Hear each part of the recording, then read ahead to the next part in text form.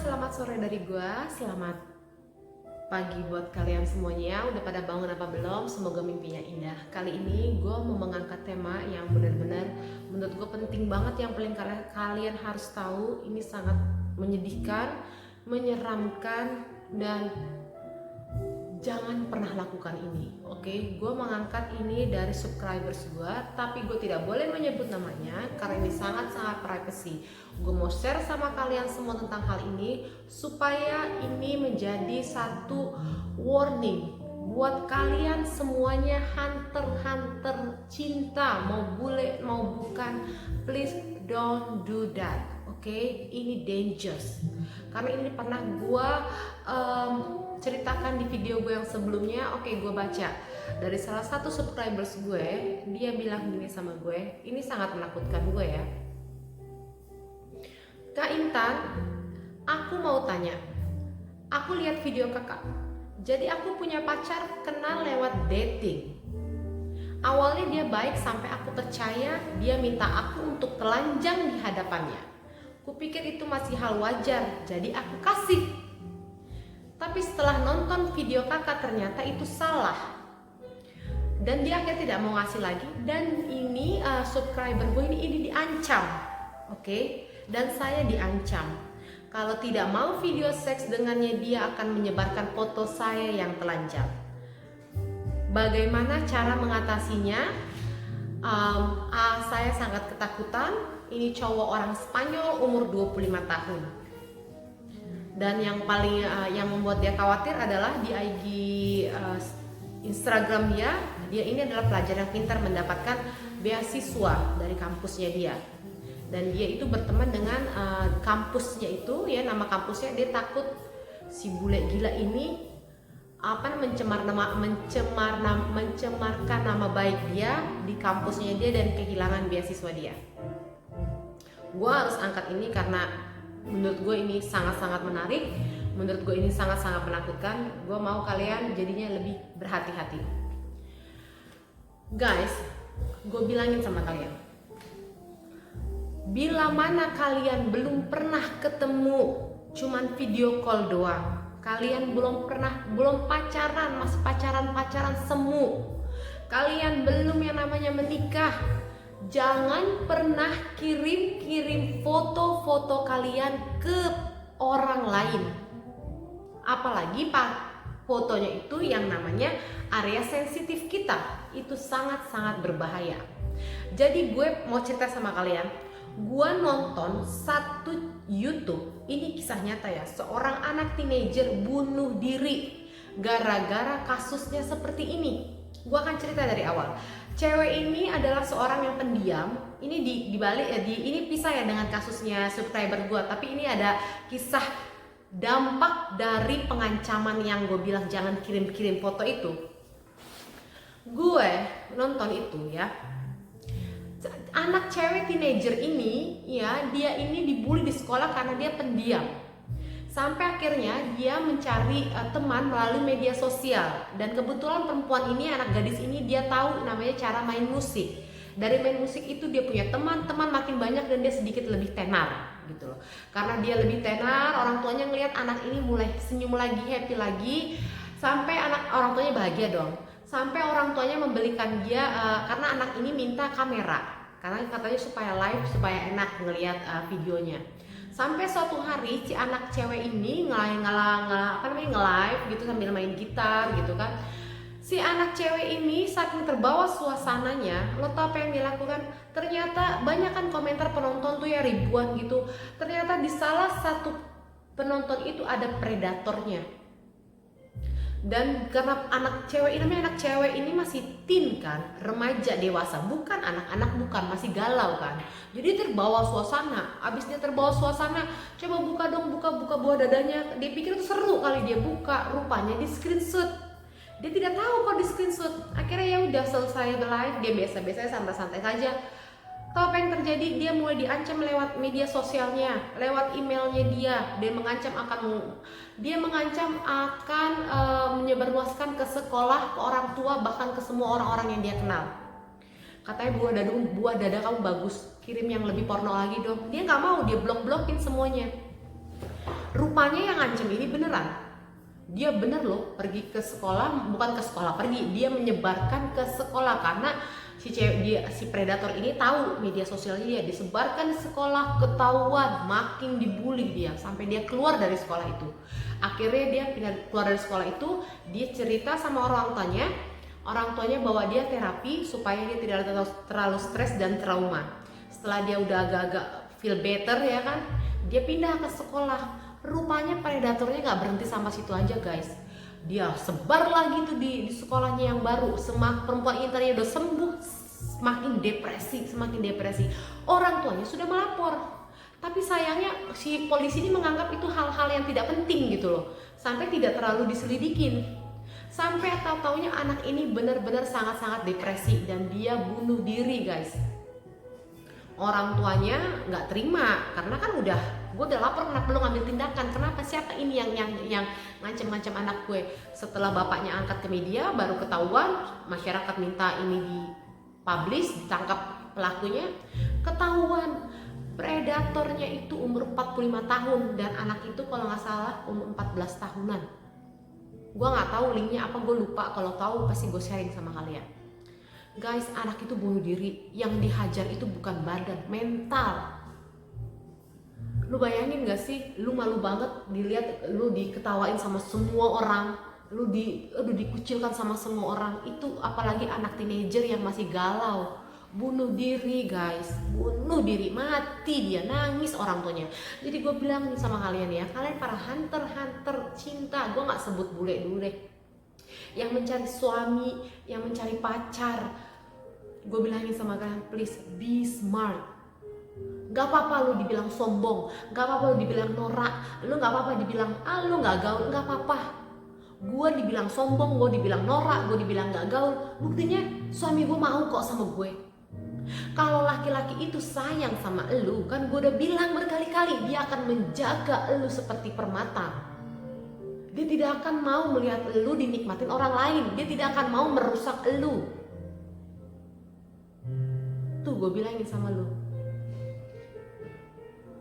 Jadi guys, gue bilangin, jangan pernah sekalipun kalian melakukan hal yang seperti itu ya. Karena pas pengancaman yang di YouTube ini gue lihat, dia bilang akan gue sebarkan di black market, pasar gelap, blue film porno dan semuanya. Oke, jadi kalian harus hati-hati, ini sangat-sangat berbahaya. Dan buat subscriber gue yang udah kirim ini, gue coba pelajarin apa yang mesti lo lakuin saat ini. Jangan khawatir, Indonesia punya undang-undang pasal 29 Undang-Undang nomor 11 tahun 2008 tentang Undang-Undang ITE. Bentar ya. Undang-Undang ITE dia bilang setiap orang dengan sengaja dan tanpa hak mengirimkan informasi elektronik dan atau dokumen elektronik yang berisi ancaman, kekerasan atau menakut-nakuti yang ditujukan secara pribadi dipidana dengan pidana penjara paling lama 4 tahun dan denda 750 juta rupiah. Jadi cara nanggapin si bule bangsat biadab ini ya kan, kalau gue jadi elu, berarti kan kamu kan udah mencoba cara baik-baik kan, tapi dia tetap mengancam kan. Kalau aku jadi kamu ya, dia kasih gebrakan tempe, gue kasih gebrakan tahu. Dia ngasih gebrakan cabai rawit, aku kasih dia gebrakan cabai rawit setan. Jadi kalau aku jadi kamu kan nanya pendapat aku ya. Kita udah dilindungi dengan undang-undang, tapi permasalahannya kan dia di luar negeri. Ya, kita bisa aja pakai jalur hukum, tapi yakin prosesnya lama. Secara perempuan yang sampai mati ini aja tunggu terungkap dulu baru diproseskan. Kalau aku jadi kamu, secara baik-baik dia tidak bisa, dia makin menginjak-injak, aku akan bilang sama dia, ya udah, lu boleh ancam gue, lu pancing dia dulu untuk mengancam, terus mengancam sampai dia mengeluarkan semua isi hati dia yang dengan sumpah serapahnya, dia saking pokoknya buat dia di SMS itu mengeluarkan sifat busuknya dia. Setelah dia mengeluarkan sifat busuknya dia, kamu pancing dia, baru bilang terima kasih, gue udah screenshot semua omongan lo. dan welcome to Indonesia. Bilang, gue orang Indonesia punya hukum, undang-undang pasal 29 Undang-Undang nomor 11 2018 tentang hukum ITE yang tadi gue bacain sama kamu. Kasih tahu, dimanapun lu lagi ngapain pun lu, gue pasti nemuin lu, karena itu udah sering terjadi. Gue bisa nangkep lu. Jadi kamu bilang begitu sama dia supaya dia tuh berpikir, disangkanya kamu bukan orang bodoh. Jangan tunjukkan ketakutan kamu, oke? Karena di pasal ini dikatakan apabila rumusan tersebut dirinci terdiri dari unsur-unsur berikut ini: kesalahan dengan disengaja, melawan hukum tanpa hak, perbuatan mengirimkan, atau 4 objek informasi elektronik dan atau dokumen elektronik yang berisi ancaman, kekerasan atau menakut-nakuti yang ditujukan secara pribadi. Dia udah kena pasal itu. Itu pasal ITE. Baru pasal ITE doang. Bilang lagi sama dia, welcome to Indonesia. Kebetulan gue agak sedikit tahu hukum ya. Dia itu bule bangsat itu udah kena 3 pasal. 1, mau dia melakukan tindakan tidak menyenangkan, dia mau melakukan pencemaran nama baik, dan yang ketiga dia pengancaman. Dia udah 3 pasal ya. Jadi kamu bilang, bilang sampai seperti itu. Tunggu, tapi pancing dia dulu sampai dia mengeluarkan isi hatinya, kebusukan dia semakin jelek, screenshot. Omongan lu udah gue pegang. Gue tinggal ke kantor polisi dimanapun lu, gue pasti nemuin lu. Bilang kayak gitu. Pasal-pasalnya kasih tahu, translate pakai bahasa Inggris biar dia baca. 1. Yang kedua, gue bilang, blok itu semua medsos pertemanan kamu sama dia. Blok semua akses dia untuk masuk ke kamu. Kalaupun dia terlanjur masuk Instagram kamu dan kamu takut dia masuk kampus kamu karena dia tahu kamu berteman dengan kampus kamu harus pasang badan. Kamu bilang begini, udah beberapa hari ini saya sedang diancam oleh seorang pria Spanyol. Awalnya kami berteman, tapi dalam percakapan dia mulai meminta yang aneh-aneh dan saya menolak. Dan dia mulai mengancam, katanya akan menyedarkan foto pribadi saya. Padahal itu bukan saya, itu adalah bentuk ancamannya supaya saya mau melakukan yang dia mau. Jadi buat siapapun yang menerima SMS itu atau kalian menerima SMS itu bukan saya. Dan tolong kasih tahu saya untuk menambahkan menjadi bahan bukti buat saya supaya dia bisa saya masukin ke penjara. Itu untuk meyakinkan publik, teman-teman kamu, saudara kamu, sahabat kamu, itu benar bukan kamu. Jadi kamu menunjukkan bukan gue nggak takut, gue nggak salah, gue nggak takut, walaupun sebenarnya itu kamu. Tapi kita nggak boleh nunjukin kelemahan kita, karena nanti lo yang ada depresi kayak cewek ini, malu kan, apalagi masih gadis kan, malu banget. Lu namanya aja sampai ditolak kan, menikah kasarnya gitu kan, tapi itu terlalu jauh. Bilang seperti itu. Siapapun teman-teman gue yang ada di Instagram ini bila menerima SMS atau foto-foto yang tidak pantas mengatasnamakan saya pastikan, saya katakan dari sekarang itu bukan saya. Saya waktu itu diancam sudah 1 bulan ini. Saya dan polisi sedang menyelidiki karena dia ngeblok saya. Bilang gitu. Saya kalau kalian pun di DM sama ini laki-laki, tolong sebar kasih tahu saya biar menjadi bahan bukti saya. Itu memperkuat kamu, meyakinkan masyarakat bahwa kamu tidak melakukan. Lagi pula kita balik ke yang pertama ya. Kalau kalian mau kirim-kirim foto-foto seperti itu, kalau sudah menikah wajar guys. Kenapa? Karena ya namanya banyak juga kan suami yang gila, nggak mau, misalnya ada pertengkaran dia minta cerai, suaminya nggak mau, ngancam, kalau misalnya lu ceraiin gue bakal gue sebar foto video porno lu gitu kan. Ada juga yang seperti itu kan. Ya kalau udah nikah mah wajar ya kan. Malah misalnya amit-amit ya, misalnya jadi cerai sama gue amit-amit nih, terus jadi bilang video porno lu bakal gue sebarin ke orang-orang. Yang jelek bukan gue, dia lah. Namanya suami istri wajar kita pakai foto, kayak mau pakai video wajar. Yang malu justru dia, bukan kita kalau nikah. Tapi kalau misalnya belum nikah kalian kirim-kirim kayak gitu, aduh guys, laki-laki sejati tidak akan mengirim-kirim kayak begitu kan. Gue udah bilang, gak apa-apa dibilang goblok, dibilang sombong, dibilang norak, gak apa-apa, asalkan kita itu punya elegan dan berkelas. Karena kita nggak tahu predator itu seperti apa, kita tidak pernah tahu. Jadi jangan asal kalian pilih bule nggak apa-apa ya, bule tahu-taunya kalian kejebak jebakan mencret. Saya mau buka di sini ya, gue mau buka di sini karena gue nggak mau kan kalian lihat kayaknya kehidupan gue bahagia, happy ya, wah ya, ini begini. Gue nggak mau kalian berpikir nikah gue langsung happy semuanya. Gue ada lah yang namanya kendala-kendala. Gue menceritakan baik dan buruknya juga supaya jadi bahan pertimbangan kalian.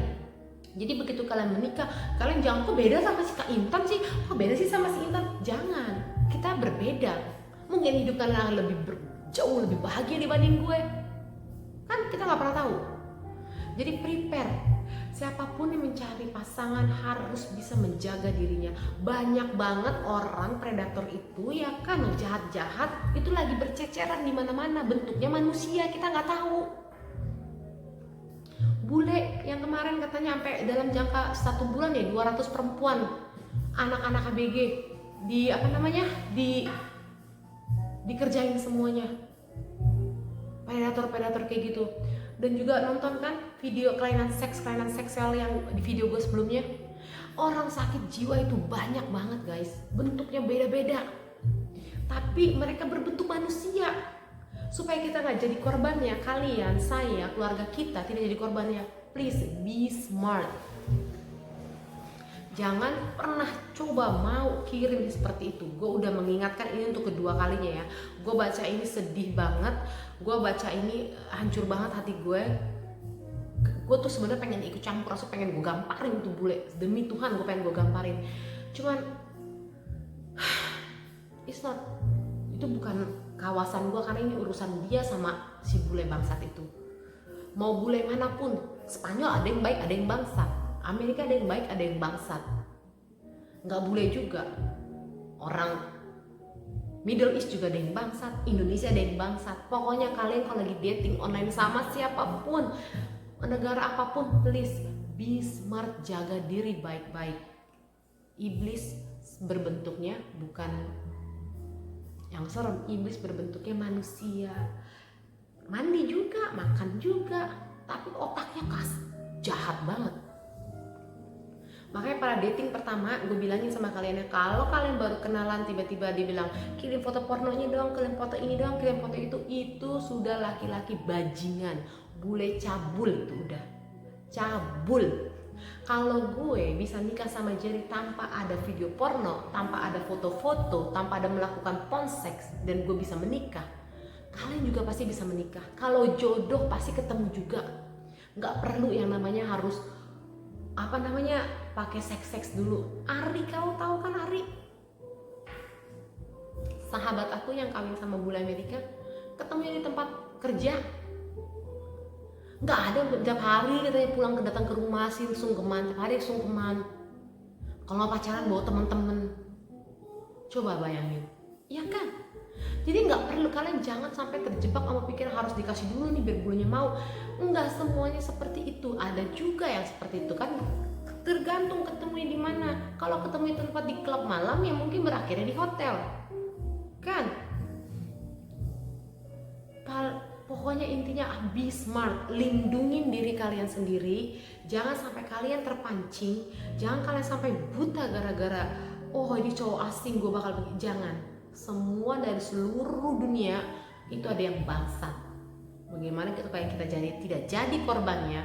Be smart. Zaman sekarang canggih. Tadi lagi ngobrol-ngobrol aja, gue sering kok lagi ngobrol-ngobrol sama nyokapku, nyokap ngobrol gosip, seperti nggak tahu kalau gosip ikut.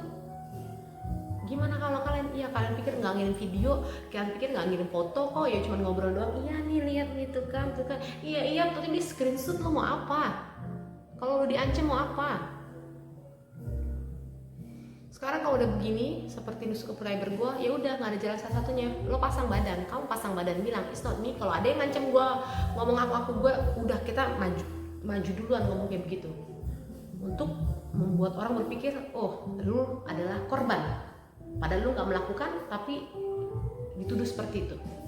Dan bilang poin-poin yang aku bilang tadi, Indonesia juga punya undang-undang, punya pasal-pasal untuk perlindungan hal-hal seperti itu, pengancaman seperti itu ya, blok semuanya. Oke? Jadi guys, itu aja pesan sama gue yang mau gue kasih sama kalian. Semoga ini bermanfaat buat kalian semuanya. Please be smart, jangan melakukan itu. Kasih tahu informasi ini buat teman-teman kalian juga, buat adik-adik kalian, buat saudara-saudara kalian. Semoga ini tidak terulang lagi. Oke? Segitu aja pesan dari gue. Gue nggak bisa ketawa karena gue ngerasa sedih banget dengan kejadian ini. Gue sedih. Gue bisa ngerasain takutnya seperti apa, karena dampaknya itu yang dihajar bukan badan guys, mental. Diancem, gimana sih lu diancem-ancem hidup lu, mental lu tuh kan hidup dengan ketakutan, tidur nggak enak, makan nggak enak, takut, deg-degan. Gue ngerti banget perasaannya. Jadi sebelum itu terjadi, buat kalian semuanya, please jaga diri baik-baik.